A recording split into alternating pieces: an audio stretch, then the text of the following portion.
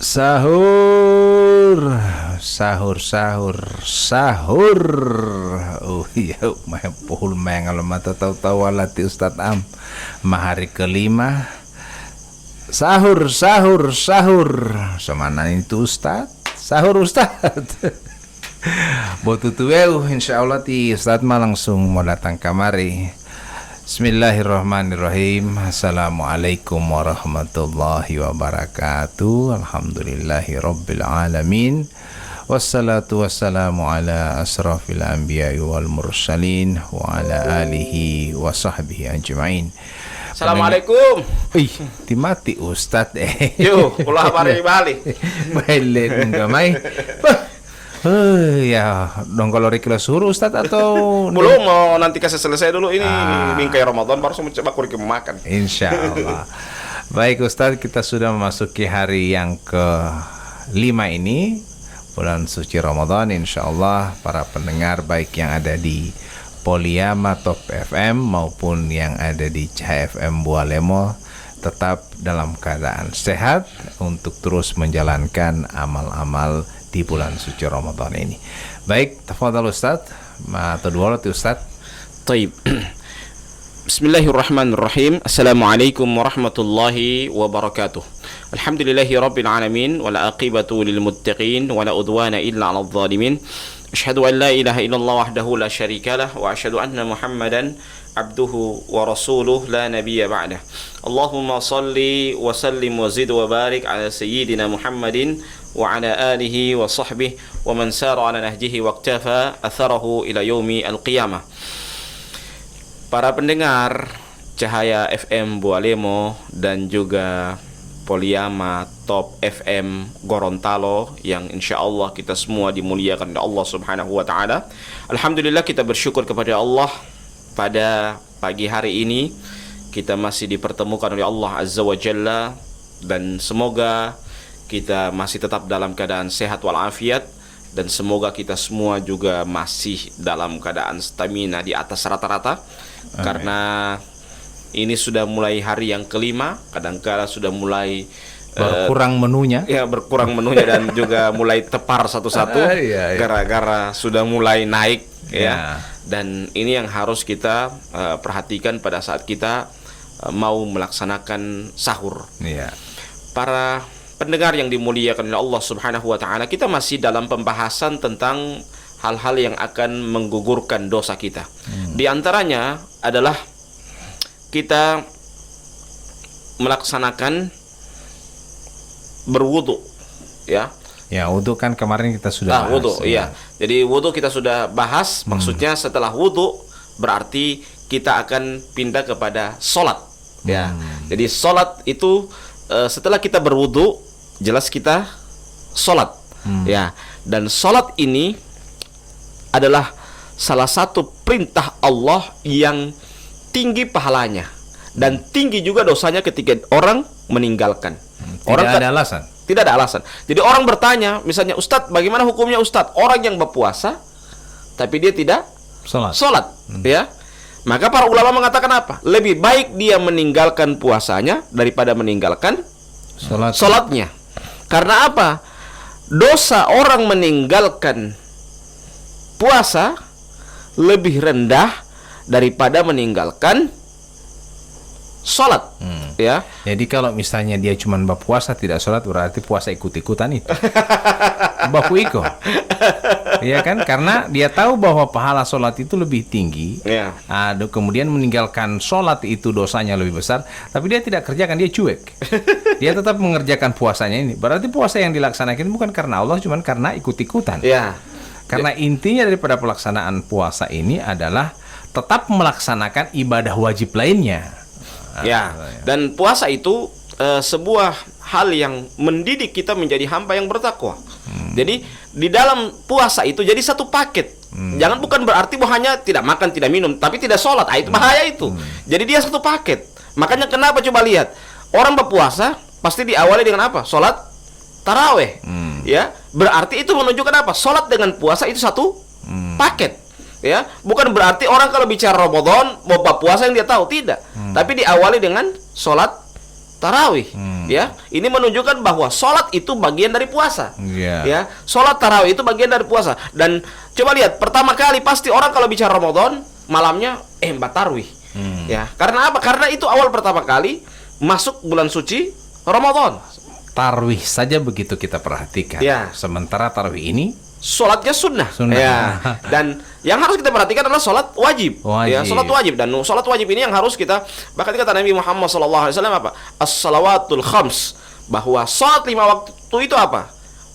Kafaratum bainahuma idajtuni batil kabair. Jadi akan menghapuskan dosa-dosanya apabila dia meninggalkan dosa besar. Iya. Jadi kalau misalnya Ustadz ya, saya cuman hitung-hitung, wudu dia sudah lakukan, puasa dia sudah lakukan, kemudian sholat tarawih sudah dia laksanakan. Tapi ini kan untuk menghapus dosa.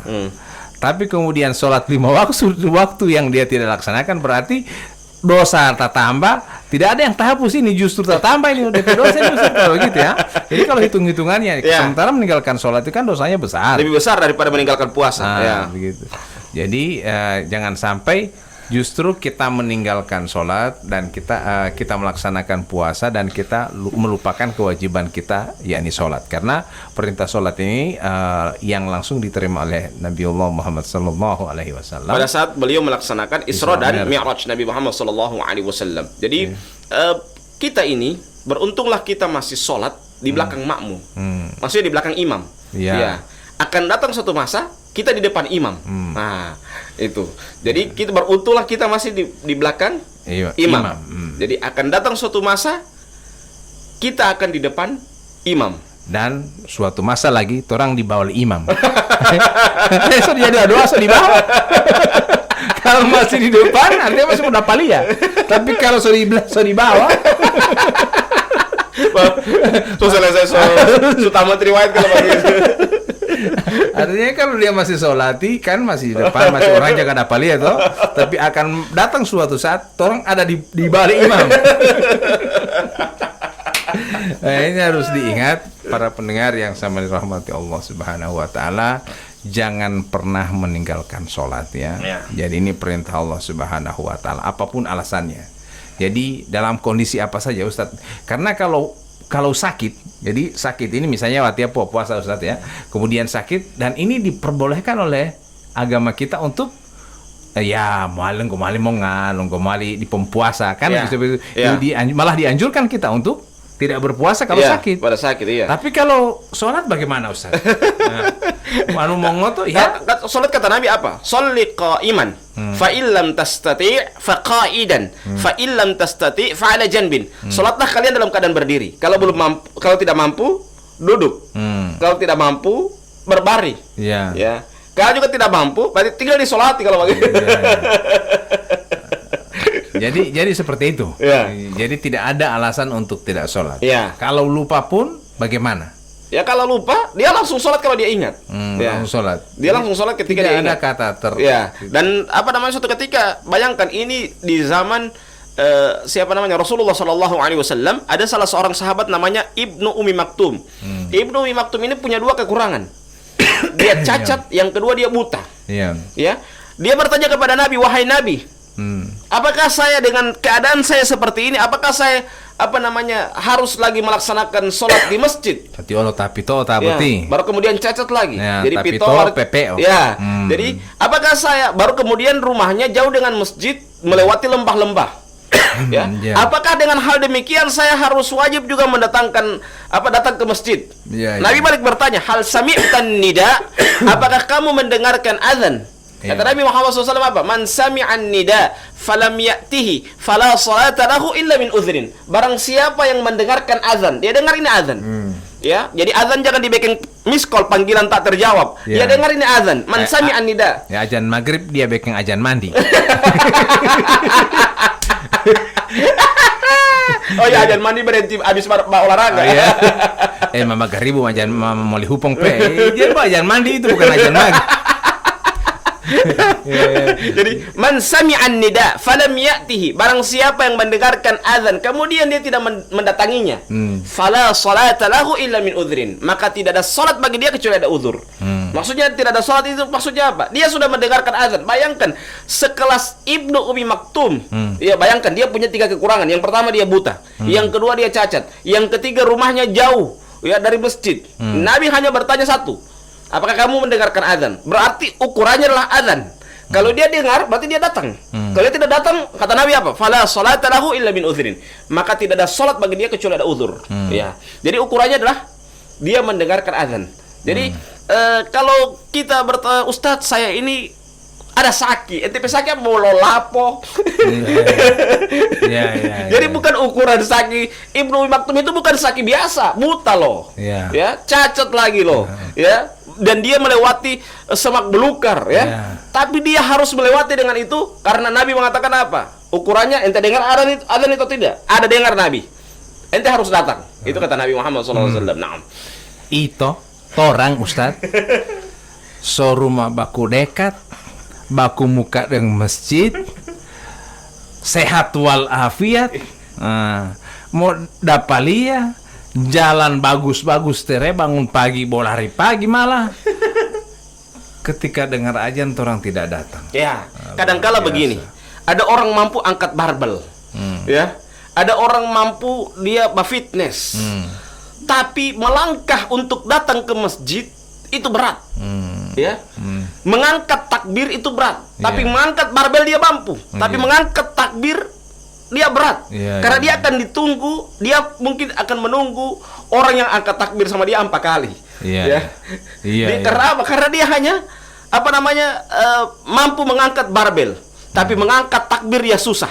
Ya, dia hanya menunggu orang nanti akan angkat takbir sama dia 4 kali. Mungkin baru itu dia, dan itu tidak ada lagi tidak ada lagi penyesalan. Karena apa? Kita sudah terlanjur ya meninggal dunia. Bahkan kata Nabi Muhammad, kata Allah Subhanahu wa taala, Allah abadikan bagaimana jeritan orang-orang yang ada di dalam kuburan. Qala rabbirji'un, ya Allah kembalikanlah saya, la'alli a'malu fima tarat.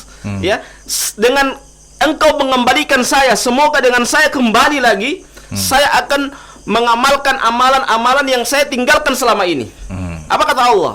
Innaha kalimatun huwa qailuha. Ini kalimat yang dusta. Ya, jangan sampai kita demikian. Kita menjerit-jerit nanti pada saat kita sudah berkalang tanah. Ya, ma tohuta. Ya. Ma tohuta boleh mau dung hebang. Karena mau tipila tohuta mau mah hebang wali. Hilang tabiat itu lah.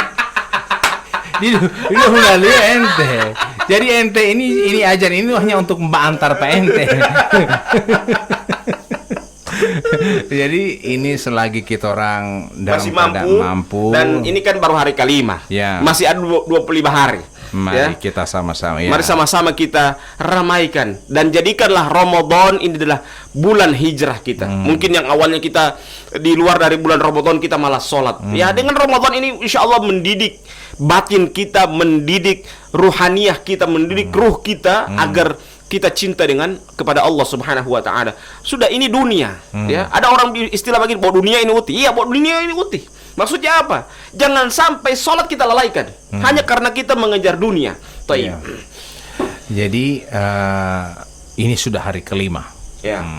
Kalaupun kita mungkin kurang semangat dalam sholat akhir-akhir ini, insya Allah dengan mendengarkan ini kita tambah bersemangat ke masjid.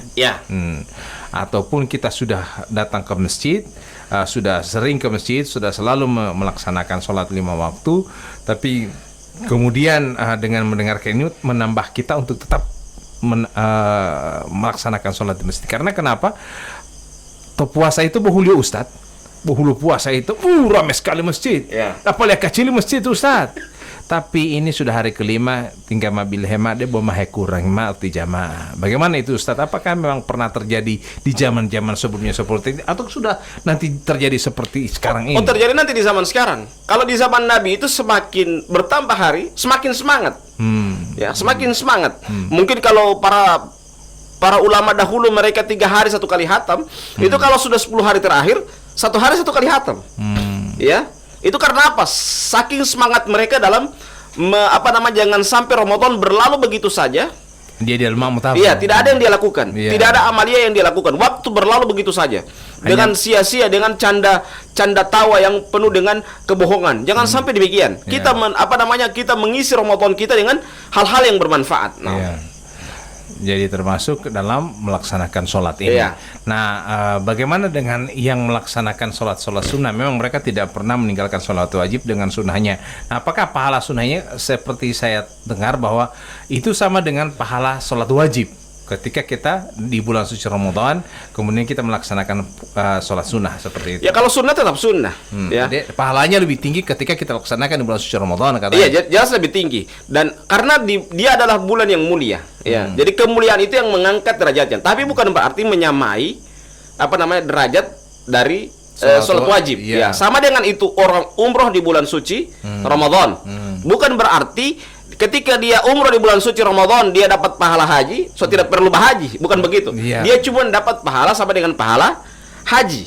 Iya. Tapi tidak menggugurkan kewajiban dia beribadah haji. Sama Jadi dengan orang membaca surat Al-Ikhlas 3 kali katanya sama dengan bahatam Quran. Quran satu. Ya sudah, aku Al-Ikhlas saja. Mau baca Al-Ikhlas terus berarti itu baca 30 juz, payung gitu. Bagaimana itu Ustaz ya? Kalau baca Al-Kafirun saya ampa Quran, berarti empat kali baca Al-Kafirun baru hatam Quran. Hatam Quran ya. Jadi begitu juga dengan membaca Al-Quran di bulan suci Ramadan, nilai pahalanya lebih tinggi begitu Ya. Ustaz ya. Satu huruf bisa bagaimana? Bisa Ya, dan satu huruf itu kan 10. Iya. Ya. Tapi kalau di bulan suci Ramadan berlipat-lipat sampai 700 kali lipat, ya. Itu kalau amaliyah di luar dari puasa. Ya, karena kata Nabi apa? Sesungguhnya amal anak Adam itu dibalas 10 sampai 700 kali lipat. Illa shaum fa innahu li wa ana ajzi bihi. Kecuali puasa. Ya. Kenapa puasa? Yang tahu kita berpuasa tidak hanya kita dengan Allah. Makanya kata Allah apa? Illa shaum. Jadi yang membalas puasa itu hanyalah Allah Subhanahu wa taala. Fa innahu li wa ana ajzi bih. Nah, itu puasa itu untukku dan saya yang akan membalasnya. Karena apa? Yada'u ta'amahu wa syarabahu li. Dia meninggalkan makan dan minum hanya karena aku, kata Allah. Itu demikian. Baik. Jadi selain sholat ini yang menjanjikan kita, kemudian juga akan menghapus segala dosa kita, bukan berarti kita orang meninggalkan sholat kemudian tidak terhapus dosa dan tidak dapat apa-apa. Tapi yang kita dapat adalah malah bertambah dosa. Ya. Nah, ini yang kita inginkan adalah di bulan suci Ramadan ini, karena bulan di mana Allah menghapus segala dosa kita. Betul. Jangan sampai pas di bulan suci Ramadan dosa kita malah bertambah karena tidak melaksanakan sholat. Betul. Nah, bagaimana Allah menghapus dosa kita dengan puasa kita sementara sholat saja kita tidak laksanakan? Ya. Jadi usahakan ini sholat, alhamdulillah, coba bersyukur kasada uti. Ini sholat, bayangkan Nabi itu dapat perintah sholat pertama 50 waktu. Ya, Nabi tawar 5 waktu. Saking kasih sayang Nabi kepada umatnya. Ya, bayangkan Nabi saja sholat tarawih buat 3 hari di masjid. Saking Nabi itu sayang sama umatnya, ya. Sisanya Nabi sholat di rumah. Khawatirnya sholat, karena waktu itu wahyu masih turun. Khawatirnya apa? Sholat tarawih itu menjadi wajib, sehingga Nabi hanya 3 kali sholat di masjid, sisanya di rumah. Ya, itu saking kasih sayangnya Nabi kepada para umatnya. Yang 50 ditawar menjadi 5, diminta jadi 5 waktu. Ya, coba seandainya itu 50 waktu, habis salam azan lagi, habis salam azan lagi, karena 50 waktu. Ya, ini sudah 5 waktu, dan 5 waktu pahalanya sama dengan 50 waktu. Ya, dan yang kedua sholat taraweh, ya, yang harusnya Nabi terus menerus sholat di masjid, Nabi hanya sholat 3 kali ya di masjid. Karena apa? Khawatirnya jangan sampai jadi wajib. Nah, ini sholat ini Ustaz ya, kita kembalikan kepada pelaksanaan sholat. Nah, ini sholat wajibnya itu harus di masjid, atau kita ada yang mengatakan sholat di jamaah para lupa biolo, enggak ada yang melaksanakan sholat sembunyi-sembunyi, orang tidak tahu dia sholat. Nah, ini bagaimana iya. Ustaz? Memang hukum sholat itu hukumnya ada 2. Ada namanya fardu ain, maksudnya sholat di masjid ya. Sholat di masjid itu ada hukumnya 2. Ada fardu ain, ada fardu kifayah.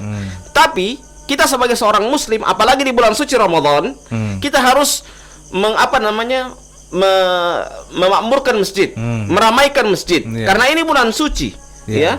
bulan yang harus kita muliakan. Dan kita muliakan dengan apa? Dengan kita ramaikan masjid-masjid itu. Dengan kita melaksanakan sholat di masjid, ya. Itu tujuannya. Jadi, tapi bukan berarti ketika kita melihat ada orang yang tidak sholat di masjid, bukan berarti dia tidak sholat. Bisa jadi dia sholat, tapi dia sholat jadi rumah, ya. Jadi yang kita syukuri orang itu sholat dulu. Mau urusan di masjid atau di rumah, itu urusan dia. Tapi alangkah lebih bagusnya dia ramaikan masjid itu. Taib. Jadi kalau misalnya dia tidak sholat di masjid tidak apa-apa. Iya. Itu urusan dia. Yang penting dia sholat dulu. Iya. Bukan berarti bahwa orang yang sholat di masjid bukan berarti dia ria. Iya. Me anto tamo tabiau atau tiada. Ria itu dengan tidak itu tergantung hati kita. Ada orang yang sholat di masjid bukan berarti dia ria. Jangan langsung kita vonis dia ria, ya. Itu tergantung hatinya. Apakah dia ketika dia mau sholat di masjid dia mau tujuannya dia satu hanya memperlihatkan kepada orang? Kan tidak. Ya, tujuannya apa? Pasti apa? Dia mau meramaikan masjid. Yang kedua dia ingin beribadah bersama dengan kaum muslimin yang lainnya. Ya, kadang-kala orang kalau di bulan suci Ramadan kadang-kala ada yang tahe mau hendeo. Ngana ini kadang sekali dapat di masjid, tumben ente sudah di masjid sekarang. Masuk Islam ente. Kan kadang-kadang yang meminta mau hente atau tahu kan, harus dia bersyukur, alhamdulillah. Dan yang memanggil mereka ke masjid itu yang tidak pernah kelihatan di masjid itu adalah tamu Allah, ya. Jadi yang memanggil mereka itu Allah, bukan kita. Jadi kita bersyukurlah mereka itu masih tergerak hati mereka dipanggil oleh Allah. Taib. Baik pendengar yang sama dirahmati Allah Subhanahu wa taala, betapa pentingnya sholat untuk kita laksanakan. Jadi memang pada intinya sholat ini bukan berarti bahwa kita riak kalau di masjid itu Ustaz, ya. Karena ada orang bilang begitu, jahe popo biya buti umat uti. Artinya dia sholat di masjid saya, dia bakurung dalam rumah, kemudian dia sholat, dia sembunyikan sholatnya. Dan ada yang karena dia kemudian justru dia mengatakan kepada orang yang sholat di masjid seperti itu. Ya, ini bagaimana Ustaz? Iya, begini, urusan riak dan tidak itu urusan. Apakah ada amalan yang memang harus dilihat oleh orang lain? Apakah sholat ini amalan yang tidak perlu disembunyikan? Kalau puasa kan tak sembunyi, orang tidak tahu sama sekali. Nah ini sholat memang adalah amalan yang memang harus diperlihatkan. Iya, dan orang yang memperlihatkan itu bukan berarti dia ria. Bisa saja sholat ini sebagai syiar bahwa kita ini ada, ya, Islam ini ada. Ya. Islam ini ada dan kita punya tempat ibadah, masjid yang harus kita ramaikan. Bahkan ya, di Idul Fitri pun kita disunnahkan untuk sholat di lapangan. Sebagai pertanda bahwa kita ini ada syiar agama kita. Dan ini adalah hari kemenangan kita kaum muslimin. Jadi itu yang perlu kita perhatikan. Sehingga pada saat kita orang sholat di masjid bukan berarti dia ria. Tidak. Dia hanya mau memakmurkan masjid. Dia hanya menampakkan bahwa inilah kaum muslimin. Ya, kita kaum muslimin yang harus meramaikan masjid. Ya, bersyukurlah kita masih kita ini masih bangga datang ke masjid. Ya. Ada karena kenapa? Ada orang yang masuk Islam cuman karena dia melihat pelaksanaan sholat. Betul. Karena kenapa? Sekali imam bilang Allahu Akbar, takbir semua, tidak ada yang baku bantah. Satu kali perintah. Kalau sujud semua, tidak ada yang kalau misalnya dalam organisasi kan, tiba pemimpin bilang A, belum tentu bilang A semua, ada yang bilang B, C, berbantahan semua. Tapi kalau dalam Islam, dan memang begitu. Orang yang dia rajin sholat pasti dia taat sama pimpinan. Karena apa? Karena dia terbiasa taat kepada imamnya. Allah, pada imamnya. Jadi maksudnya dia dipimpin oleh seorang imam dan dia tidak menentang imam. Ya, begitu juga seorang yang kalau dia rajin sholat pasti dia taat sama pimpinannya. Dan kalau orang yang menentang kepada pimpinan bisa jadi dia karena tidak kuasa bayar, tidak sholat. Tidak mungkin Allahu Akbar langsung ruku. Kan tidak ada kan? Mesti dengan gerakan-gerakan sebelum ruku dan seterusnya. Dan sekali imam bilang A, tidak ada yang B. Jadi begitu Assalamualaikum warahmatullahi wabarakatuh, tidak ada langsung Allahu Akbar, tidak kan? Kan sesuai dengan perintah imam. Inilah indahnya Islam. Orang yang senantiasa Islam adalah agama yang patuh kepada pimpinan. Ini sebagai contoh saja bahwa dalam pelaksanaan sholat, sehingga banyak orang melihat, ternyata Islam itu indah dalam masjid seperti itu. Nah, jadi dengan adanya kita menegur pimpinan pun dengan subhanallah. Subhanallah. Bukan turunkan dari imam, tidak ada. Tapi apa? Subhanallah. Dan imam dia sudah tahu bahwa saya sementara ditegur itu. Saya sementara ditegur. Nah, itu bayangkan Islam mengajarkan bagaimana cara bermuamalah, berinteraksi dengan pimpinan. Ya. Dari kegiatan yang terkecil yaitu sholat. Ya, maksudnya bayangkan ketika imam salah, pemimpin sholat, ditegurnya bukan turunnya jadi imam, masalah-salah anak ini. Tidak ada begitu. Tapi apa? Subhanallah. Ditegur dengan subhanallah. Bukan berarti turun kana, salah kana, turun. Tidak ada begitu. Tapi ditegur dengan subhanallah. Dan pemimpin pun ketika dia tahu bahwa dia ditegur dengan subhanallah, dia merem dirinya. Dia mulai berpikir, ya. Dia mulai introspeksi diri. Ada yang salah dari diri saya, sehingga anak buah saya menegur dengan subhanallah. Jadi sholat ini bukan sebuah kontes. Ya. Jangan sampai orang pikir kontes bahwa muka lihat kita orang sholat seperti Karena itu. dia dibilang apa? Ramadan ti sembolo tabiyah. Nah, sembolo tabiyah, sembolo tahi pengajian. Padahal memang kita dianjurkan untuk memperbanyak membaca Al-Quran, memperbanyak sholat dan seterusnya. Dan ini dilihat oleh orang tidak ada masalah. Supaya agama Islam itu kelihatan, nampak siarnya. Tapi tergantung niat kita juga. Kita kembalikan kepada diri masing-masing. Jangan sampai justru memang tidak ria menurut kita, tapi dia sendiri yang coba bangga. Nanti bilih memang tingkah mau tabiah, yo tiang bela aja pernah nonton nanti. Kalau begitu sudah beda makna daripada pelaksanaan sholat. Makanya jangan pernah memponis orang ria kalau kita belum pernah menggali hatinya. Gitu. Karena suatu ketika di zaman Rasulullah SAW, di para sahabat, ya, ketika mau mereka pada saat itu berjihad, dan ada orang kafir, pada saat mereka berjihad, pas dia mau tebas itu lehernya, dia mengucapkan apa? La ilaha illallah. Ya, dia mengucapkan la ilaha illallah, tetap pedang ini tetap dihunuskan di lehernya, ya, ditebaslah leher dari orang kafir itu. Hal ini dibawakan kepada Nabi Muhammad SAW. Ya, Nabi malah marah. Nabi mengatakan apa? Ataqtuluhu ba'da ma qala la ilaha illallah? Apakah kamu telah membunuhnya setelah dia mengucapkan la ilaha illallah? Para sahabat itu mengatakan, wahai Nabi, ini orang hanya berpura-pura, hanya menangkis diri, jangan sampai dia ditebas sehingga dia mengucapkan la ilaha illallah. Nabi mengatakan apa? Ataqtuluhu ba'da ma qala la ilaha illallah? Apakah kamu membunuhnya setelah dia mengucapkan la ilaha illallah? Dan Nabi menutup apa? Apakah kamu telah menggali dadanya, menggali hatinya? Apakah dia itu kamu tahu bahwa kamu sudah tahu hatinya bahwa dia itu hanya berpura-pura mengucapkan la ilaha illallah? Maksudnya apa? Al-hukmu ala zahir. Menghukum itu sesuai dengan zahir. Jangan kita menduga-duga. Jangan kita mensuudzon ya kepada orang yang melakukan kebaikan, karena yang mengetahui niatnya itu hanya dia dengan Allah. Ya, jadi orang berbuat baik kasih buka puasa, jangan bilang oh ini serangan fajar. Ya, jangan ria ini. Oh jangan sampai yang di jalan-jalan kan itu satu yang berbagi-bagi. Apalagi laki-laki makan salah perempuan, oh uti mau lumunga uti. Ya, jangan sampai demikian. Kita tidak tahu. Jangan sampai kita bersuudzon dengan orang berbuat baik. Ya, karena urusan niat itu adalah urusan dia dengan Allah Subhanahu wa taala. Naam. Baik pendengar yang sama dirahmati Allah Subhanahu wa taala, mau kutulia itu mau suhur. Artinya kami ucapkan dulu selamat melaksanakan sahur kepada yang sementara sahur. Dan bagaimana Ustaz? Mau Hindu ti Ustaz, karena mau suhur ti Ustaz di Pulau Suhur mete. Panu atia langsung mau suhur ti balaka ti Ustaz tong kutu mete ada beda. Kan begini, orang itu kan kadang-kala bangun kamar dari tidur, dia sholat malam dulu, ya kan. Sahur itu kan harusnya dia perlambat.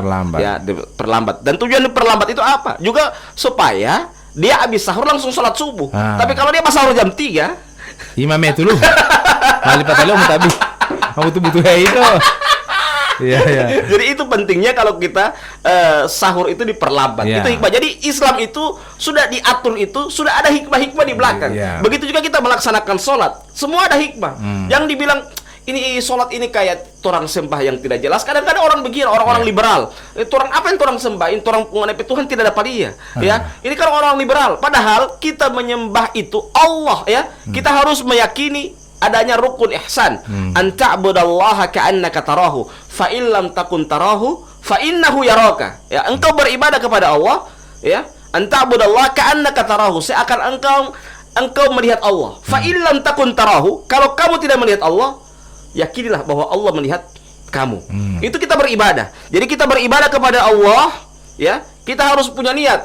Inna sholati wa nusuki wa mahyaya wa mamati lillahi rabbil alamin.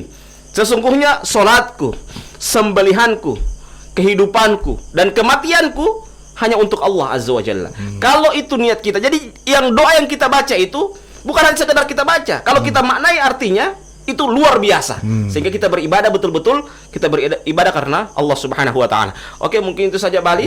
Dan karena saya juga masih membakuriki sahur ini dan semoga juga para pemimpin ya di seluruh provinsi Gorontalo yang mendengarkan dialog kami ini, insyaallah dalam keadaan sehat walafiat. Amin ya rabbal dan alamin. para ibu-ibu yang bersemangat dalam menyiapkan sahur, semoga juga kami temui dalam keadaan sehat walafiat. Sekian, kita tutup dengan bacakan doa kafaratul majelis. Subhanakallahumma wa bihamdika asyhadu an la ilaha illa anta astaghfiruka wa atubu ilaik. Wassalamualaikum warahmatullahi wabarakatuh.